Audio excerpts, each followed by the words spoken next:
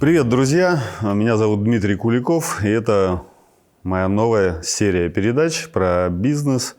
Когда-то у меня были передачи на радио выходили, назывались «Деньги», но там я больше говорил про финансовую грамотность. Здесь же пойдет больше разговор про то, какие бизнесы в Эстонии существуют, как принимаются решения, какие ошибки на протяжении пути допускают бизнесмены и что они хотят сказать общественности. Сегодня со мной Ян Липинский, совладелец и председатель правления Muga Grain Terminal. Ян, привет. Привет, Дим.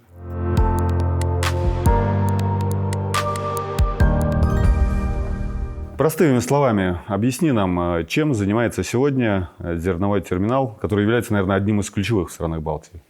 Да, ты абсолютно прав. МГТ Muga Grain Terminal является самым крупным специализированным зерновым терминалом на Балтийском море, на всем. Благодаря самому крупному элеватору 300 тысяч тонн и очень мощной техники и скорости перевалки, выгрузки вагонов, выгрузки судов. Если простыми словами объяснить, чем мы занимаемся перегрузкой груза зерна, в данном случае с одного вида транспорта, такие как вагоны, машины, и размещаем это в элеваторе, и потом накапливаем судовую партию, подходит судно соответствующего размера, и мы перегружаем этот груз. То есть наш основной доход – это от именно перевалки зерна и хранения. То есть клиенты привозят к вам зерно, чтобы оно было переправлено дальше в другие страны или в другие города, ну, скорее всего, страны, да, потому что по Эстонии, наверное, проще возить колесным транспортом. И они платят как раз вот за разгрузку и перегрузку, перевалку. Да, ты абсолютно прав. Это либо, если мы говорим об эстонском зерне, это экспорт из Эстонии, который расходится по всему, практически по всему миру, включая даже страны Азии, африканские страны, европейские страны. И также, эстонский экспорт на 100% перемещается автотранспортом на данный момент. А также мы говорим про транзитные грузы из Казахстана и других зарубежных стран, которые направляются в западном направлении, и этот груз к нам прибывает уже на специализированных вагонах, так называемый вагон-хоппер. За что вам платят деньги конкретно? Вот за это и платят, за перегрузку, за выгрузку вагона, за хранение. У нас элеватор, он специализированный, то есть мы не просто склад, куда положили зерно, мы мониторим температуру зерна. Постоянно там у нас своя лаборатория, которая определяет там опасные какие-то периоды, когда зерно может начать греться, и мы вовремя реагируем. Вот, то есть платят за хранение и за перевалку. Угу. Расскажи о цепочках поставок, отгрузках, клиентов, брокерах. Это, наверное, много сторон, да, в этом бизнесе? Да, мы не будем сейчас обсуждать роль каждого в этой цепочке, потому что это отдельная передача должна быть. Коротко, старт начинается от фермера. Он выращивает и продает зерно либо трейдеру, либо брокеру. Мы говорим про международные, да, поставки. Вот. Ну и дальше уже брокер ищет покупателя на другой стороне, и здесь появляемся мы, потому что когда зерно начинает двигаться, задействуется инфраструктура, мы переваливаем это зерно на судно, тут же появляется судовладелец, который доставляет, допустим, в африканскую страну какую-то, и когда судно пришло зерном уже в порт назначения, там начинается зеркальный процесс. То есть теперь они разгружают судно, загружают либо машину, либо вагон, в зависимости от страны и их инфраструктуры. И это зерно уже идет либо непосредственно потребителям, либо, допустим, мукомолу. Мукомол делает муку. Муку отвозят в пекарю, и пекарь уже делает хлеб или булку для потребителей. На предприятии работает несколько десятков человек на Muga Grain Terminal, и это довольно, по эстонским меркам, довольно уже большое предприятие, скажем, среднее предприятие, да, наверное, оно крупнее, чем малое предприятие. В какой момент ты понял, что ты управляешь не простым проектом, а уже солидным предприятием? Да, действительно, у нас сейчас в фирме работает 34 человека, включая меня, и, как ты сказал, на сегодняшний день, по эстонским меркам, это действительно, ну, скажем, не крупная, но средняя компания. В момент, как понятие осознания ответственности, что это не проект, а уже как часть жизни, наступил в 2010 году. Я даже помню это, но тогда у нас работало 115 человек порядком. Вот. И этому предшествовало в 2007 году российские железные дороги в одностороннем порядке перекрыли возможность Эстонии получать транзит зерна и каких-то еще других грузов. Это на нас повлияло очень серьезно, но мы предполагали, что это будет какая-то временная трудность, что какие-то недопонимания. Это понятно, что это единственная причина, это было политическое решение одной стороны. Вот. Мы обращались как бы в наши министерства, которые непосредственно должны заниматься такими вопросами, и тот же Таллин Садам, и та же Эстонская железная дорога ЭВР, которые тоже от этого пострадали. Но, будучи государственными компаниями, все заняли одну такую позицию, что официальной политики нет, это обычный бизнес, и мы типа никоим образом не вовлекаемся. Мы сказали, что могут ли нам сделать какие-то послабления, поддержку или еще что-то. Они сказали, нет, это обычная рабочая ситуация. И вот тогда я понял, что как бы эстонскому государству, ну, или правительству на тот момент, и в том числе Эстонской железной дороге и самому Таллинскому порту, порт Муга и в том числе зерновой терминал Муга перестали иметь какую-то ценность или интерес как часть инфраструктуры, часть сильной логистической системы. Вот. И ну, я понял, что кроме собственников это никого не интересует. Судьба, почему я сказал, было 115 человек, то есть судьба тоже не интересовала. Вот. И да, тогда я понял, что игры кончились, и это даже уже не работа, а это уже образ жизни. Как ты попал в этот бизнес? Это был осознанный выбор или Если честно, случайности? абсолютно случайно. Это был 2006 год, мне как раз исполнилось 30 лет. Вот. И я как бы видел, вернее, себя совсем в другом бизнесе, в другом поле, если честно, даже в другой стране. Вот. Ну, меня попросили, ну, в том числе и мой отец, который тогда и владел, и занимался этим терминалом, что немножко помочь. Вот. На полгода, потом еще на полгода. Ну, в общем, грубо говоря, это было сколько уже? 20 лет назад. Да. Вот. Ну и потом, как я и говорил, что сначала как-то затянуло, стало интересно, потом наступил такой момент, что ну, очень мало людей хотели занять ту должность, которую я занимал. А было ли у тебя такое сомнение, надо ли мне это заниматься, хочу ли я этим заниматься? Конечно, были и происходят до сих пор. Это часть человеческой натуры, часть бизнеса.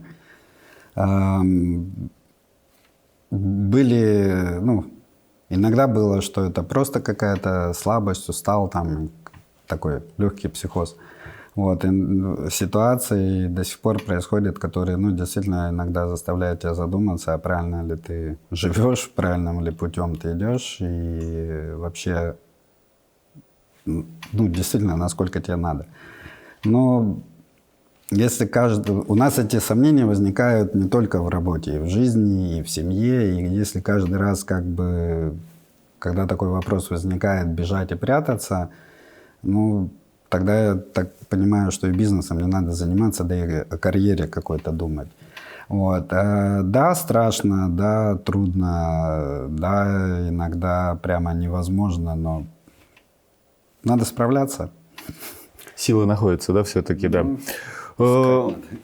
Глядя на тебя, я вижу, ну, такого успешного бизнесмена, но всегда к этому ведет какой-то путь. Была ли на твоем пути какая-нибудь крупная ошибка или такая неудача, которую ты думаешь, ну что вот, ее можно было бы избежать, или которая показала тебе, как не надо делать, возможно? Такие ситуации случаются, опять же, Ну, сплошь и рядом. Это сплошь и рядом, и у всех, я в том не исключение из этого правил. Вот, но опять же скажу, что, например, ну, я отношусь к ошибкам так, что они происходят, ты их прошел.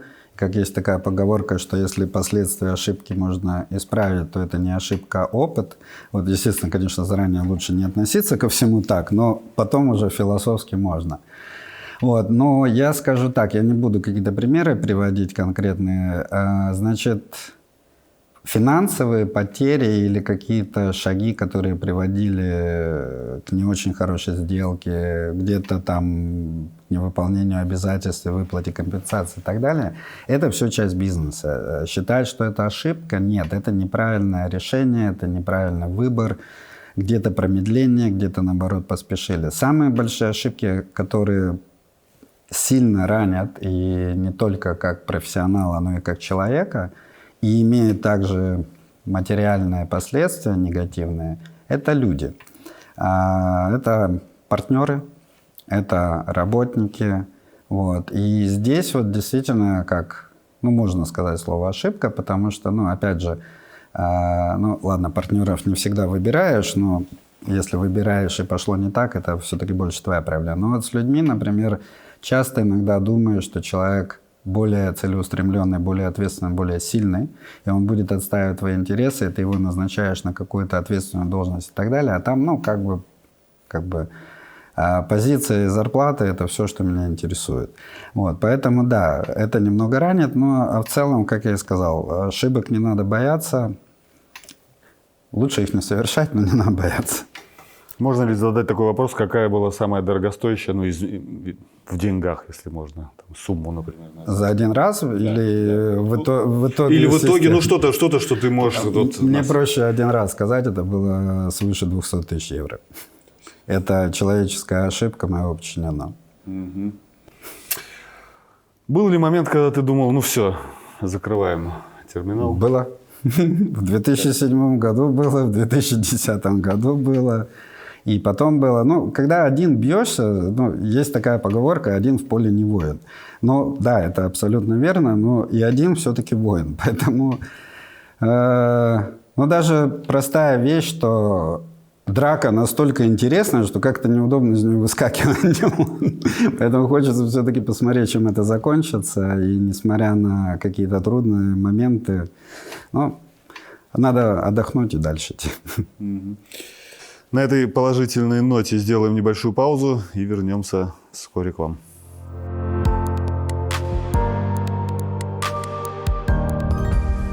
Как и в передаче «Деньги», так и в этой передаче у меня повествование состоит из 3 блоков. Первый блок – это непосредственно о том бизнесе, который представляет мой гость. Второй блок у меня состоит из оценки экономической ситуации, то есть реальность и перспектива и прогнозы. И вот мы сейчас как раз-таки поговорим с Яном Липинским, совладельцем и председателем правления МГТ «Муга Грейн Терминал», о том, что нас ждет впереди, и о том, как работает, и о том, как зависит твой бизнес от сезонности. Да? Все-таки это же сезонный бизнес. Абсолютно верно. И я бы еще добавил, что в Эстонии зерновой бизнес – это жестко сезонный бизнес, потому что Эстония, несмотря на то, что каждый год ну, минимум остается на том же уровне, а, как правило, увеличивает урожай, то есть и посевные, и, ну, самое главное, что с гектара собирает больше. Вот. Тем не менее, активная фаза уборки урожая начинается где-то ближе к августу. И уже в конце сентября, в начале октября активная фаза уборки урожая заканчивается. Вот. Зерно убрано, развезено по хранилищам, и начинается уже непосредственно экспорт, движения зерна. Что, опять же, очень краткосрочно. Где-то, грубо говоря, с октября, с ноября вот начинается активная погрузка флота, но заканчивается она уже концом января, ну, иногда конец февраля. И потом уже такие незначительные дозавозы какого-то зерна происходят и точечные маленькие отправки. Вот, поэтому сезонность, да, в Эстонии чувствуется. Каким образом тогда распределяются финансы? Тебе же надо платить зарплату круглый год своим работникам, а, скажем, активная фаза завоза, вывоза полгода примерно. В лучшем случае. Вот, да, это вот тоже есть такая несостыковка немного, потому что, ну, как я раньше говорил, что есть проблемы с получением транзитного зерна через Эстонию, которые раньше как раз-таки из-за разницы времени уборки урожая и длительности экспорта, как раз когда заканчивался эстонский экспорт, начинался транзит, и таким образом перекрывалось вот это межсезонье. На данный момент мы не имеем такой возможности. Зарплаты, как ты правильно сказал, остаются на том же уровне. Электричество стоит вне зависимости, есть у нас работа или нет. Также, допустим, контрактные отношения и обязательства, например, Сталина Садом, Косту Леппинг и так далее, они учитывают вот этой сезонности абсолютно вообще.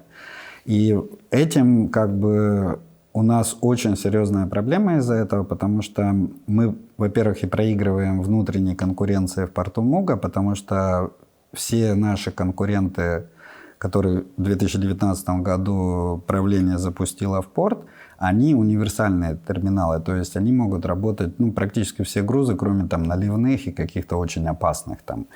Вот. И когда зерно у них заканчивается, мы уходим, ну, грубо говоря, в спячку. А они продолжают работать просто другими грузами. Это же им помогает, допустим, предлагать более низкие цены на зерно, потому что они также компенсируют. Вот. Поэтому, да, к сожалению, наш терминал, он оперирует как в условиях и экономических, и юридических, где не предусматривается сезонность бизнеса. Угу. Но, тем не менее, вы продолжаете работать и сохранять... А куда мы денемся? Успех. Поговорим про урожай. Каким урожай был зерновых в прошлом году? Ну, да, уже в 25-м. Точных цифр еще, насколько я знаю, не опубликовали, но, опять же, то, что мы видим и получаем информацию непосредственно от трейдеров, урожай был ниже, чем ожидался, но лучше, чем в прошлом году. Уже в позапрошлом, да. Вот. Но была небольшая проблема с качеством. Качество было чуть-чуть выше среднего. Опять же, по словам трейдеров, и я не знаю, про какую именно пшеницу, например, идет речь. Вот. В Эстонии вообще, если честно, урожай очень стабильный. Что означает вот этот урожай для обычных людей? Стоимость хлеба? Других Нет, изделий? это больше предположение, скажем так.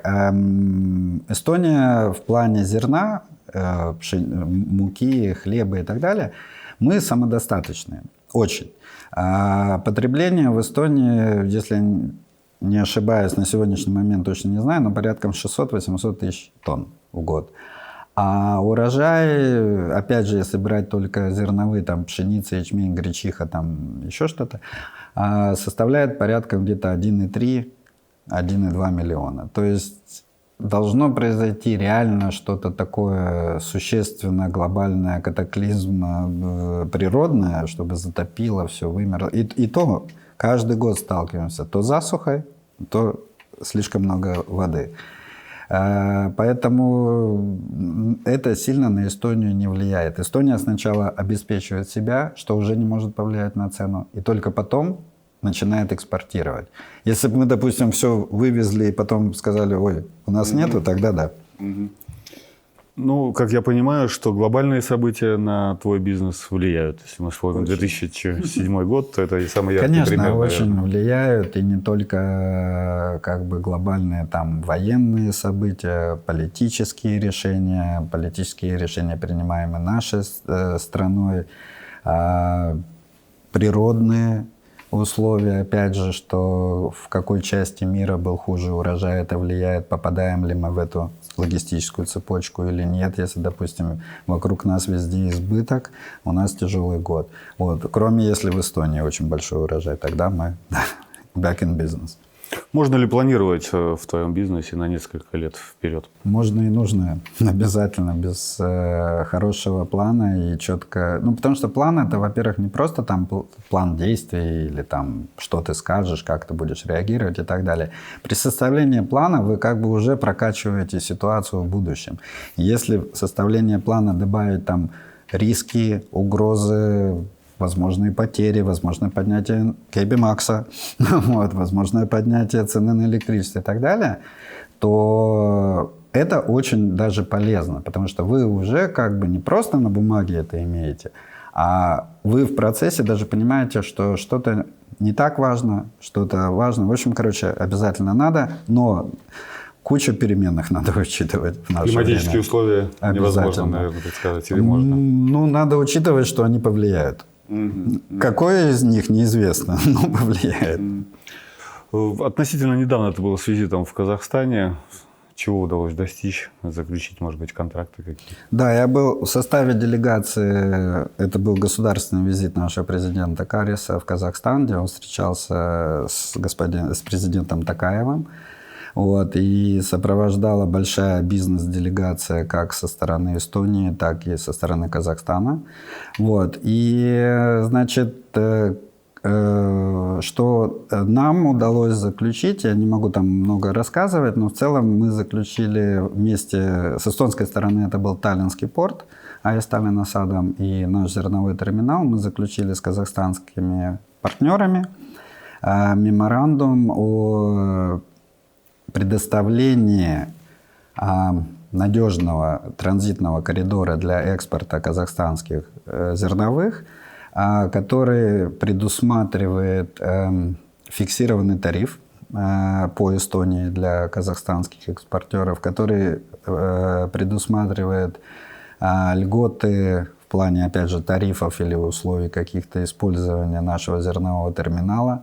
Таллинский порт, вот, в отличие от всего предыдущего, в этот раз пошел навстречу и сделал существенные такие подвижки в плане условий по заходу судна, которые будут приходить, что это очень важно для покупателей казахстанского зерна. Вот, то есть как бы работа идет. Мы надеемся, что она уже начнет в ближайший месяц какие-то плоды приносить. Пока еще идет подготовительная работа больше. Угу.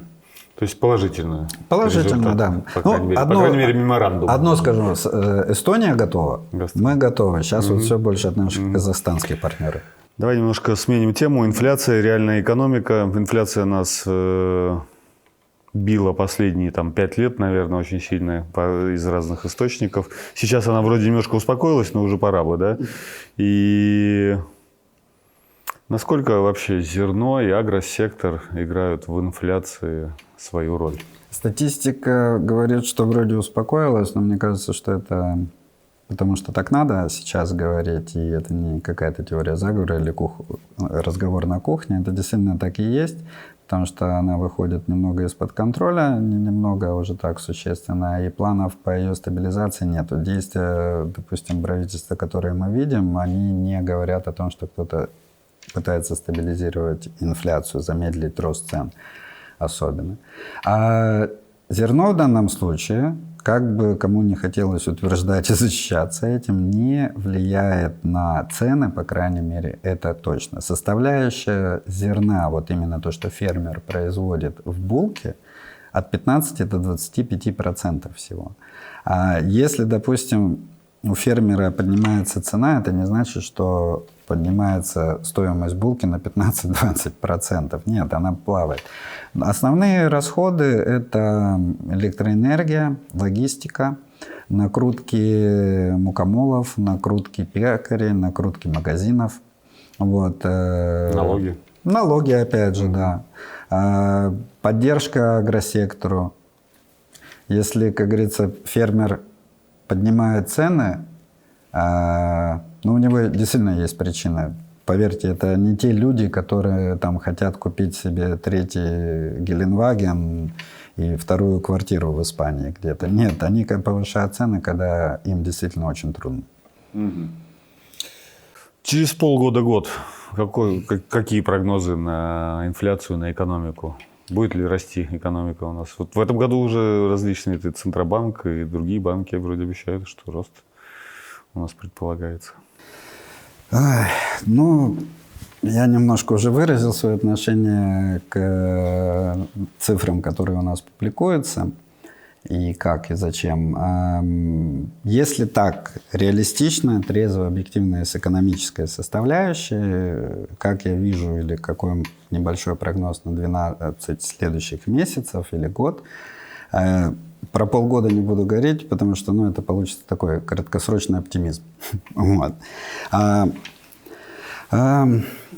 Я полагаю, что все будет ухудшаться. Это не пессимизм. Я отслеживаю эту ситуацию уже не один год. И вообще в Эстонии, честно, уже более 10 лет. Основная причина именно даже сложной экономической ситуации и невозможности выйти из нее, она не упирается в какие-то деньги, она не упирается сильно в сами расходы. То, что расходы, например, разбазариваются, да, это есть. Но расход не является основным инициатором. Вот. И у нас конкретный управленческий кризис. Конкретная проблема с людьми, которые стоят у руля. Именно люди. Не позиции, не должности, а именно люди, которых туда ставят. Их образование, их опыт, их видение, их экономическое осмысление. И еще надо же экономику, социологию, все это мешать. А там в лучшем случае кто-то заодно отвечает. Я это говорю не как диванный эксперт или потому что я так хочу сказать. Я уже много лет работаю с госкомпаниями и так или иначе с министерствами сталкиваемся и так далее. Я вижу, я общаюсь с этими людьми и понимаю. Вообще такое ощущение, что корабль попал в шторм, и вместо того, чтобы... понятно, что нам, может быть, и не пройти его, а если мы пройдем, то у нас от матча ничего не останется, пробоины будут, может, мы потопим. Но вместо того, чтобы прокладывать новый курс и как-то выходить из него, у нас начинается такая видимость, беготня, суета, какой-то ремонт, который не нужен в данный момент судну. То есть успокоить пассажиров, что экипаж на месте, мы работаем, мы обязательно с этим справимся. Вот.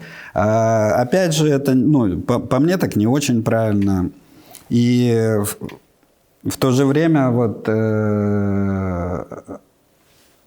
у нас что происходит? У нас происходит, уже сколько лет поднимают минималку каждый год, пенсии.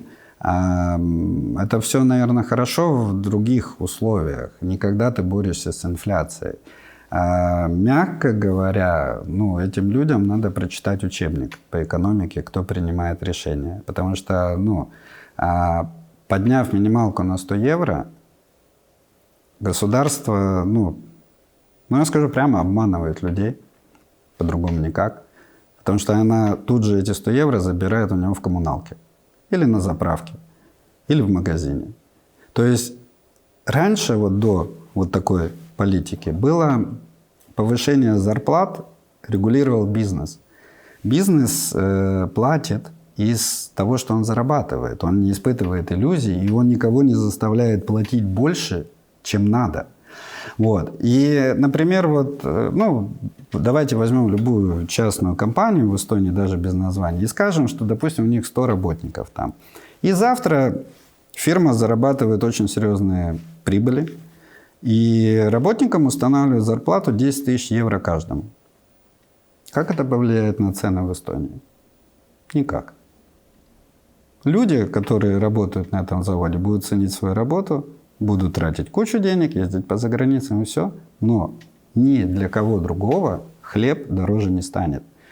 Конфеты дороже не станут, шоколад не будет по 10 евро плитка стоить эстонский и так далее. Но когда вы поднимаете минималку на 50 евро, каждый участник экономики хочет с этих 50 евро теперь и себе что-то положить. И в итоге растут цены.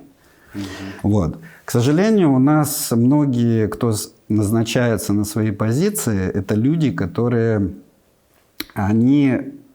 даже не они виноваты. Виновата система, как я сказал, это системная вещь. Я помню, когда от политиков требовали делать так, как это должно быть. А сейчас результат принимают такой, как человек мог это сделать. Вместо того, чтобы, хорошо, можно обучить человека, не обучается, нету времени, нету возможности, ищите человека, который есть. У вас бюджет, у вас свобода действий. Вот. И Эстония – это небольшая страна, но вместо того, чтобы нам говорить решения, которые, возможно, здесь нужны экономисты, нужны управленцы, нужны хозяйственники. Вот обязательно хозяйственники, потому что если прекратится разбазаривание средств, то и не так много денег надо в поступлении. Конечно, они всегда нужны будут, но все равно это уже больше контролируется. Вот. И поэтому здесь как бы случилась такая интересная вещь, что вот из того, что мы все сказали, что получается как бы чиновники... Нет, не так скажу. Люди у нас просто немного забыли, что когда мы выбираем человека, мы его выбираем, чтобы он представлял наши интересы, чтобы у моего бизнеса были нормальные условия конкурентные в стране, чтобы у моего работника не рвался карман от того, что ему счет за электричество пришел. Вот. Другие какие-то вещи, да, социальных, детских и так далее. Вот. Чиновнику этому или политику платится зарплата из госбюджета, опять же, от людей, от бизнеса. Государство у нас не зарабатывает себе на зарплаты. Я не знаю вообще, откуда такой миф пошел, что самый крупный работодатель, если сравнить с одним кем-то одним, да. А если сравнить частный бизнес и госсектор, ну о чем вы говорите? Или я понимаю, что у нас там кафешки, где 2-3 человека работают, это вообще за людей не считается. Ну, таких кафешек пройдитесь по городу, да, их закрываются, открываются, это трудоустройство, это налоги и так далее. Поэтому, честно, из того, что предлагается сейчас программами, экономические решения и так далее, но я вижу, что это даже, ну вот знаете, вот как с примером судна. Там есть пробоина, которую надо конкретно задраивать, а не досками с гвоздями. Ну да, сейчас 2 миллиарда взяли кредит, вот и будет золотая. Да, но вопрос опять же, да, зачем? Пойдет ли судно или нет. Так, второй блок подошел к концу. Секунда, и мы снова с вами.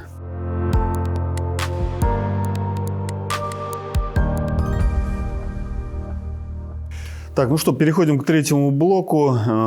Мышление и решение. Ян, ты состоятельный человек. Вот когда ты стал таким состоятельным человеком, изменилось ли твое отношение к деньгам? Ты стал строже к ним относиться, к своим тратам, да, например? Или наоборот, понял, что ты можешь себе теперь все позволить? Не, ну, это такой вопрос немножко философский, но отвечу как есть.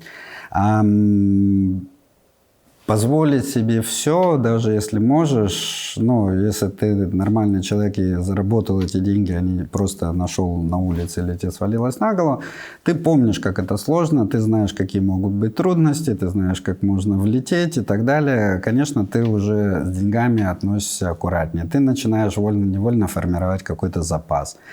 И самое главное, вот, что я в бизнесе понял, вот насчет именно денег, что действительно, это известная фраза, но действительно наступает момент, когда ты понимаешь, что деньги – это не средство платежа, это даже не сама цель, это действительно инструмент, который позволяет тебе развивать и себя, и своих близких, и бизнес. Это инструмент, который помогает защищаться, делать добро.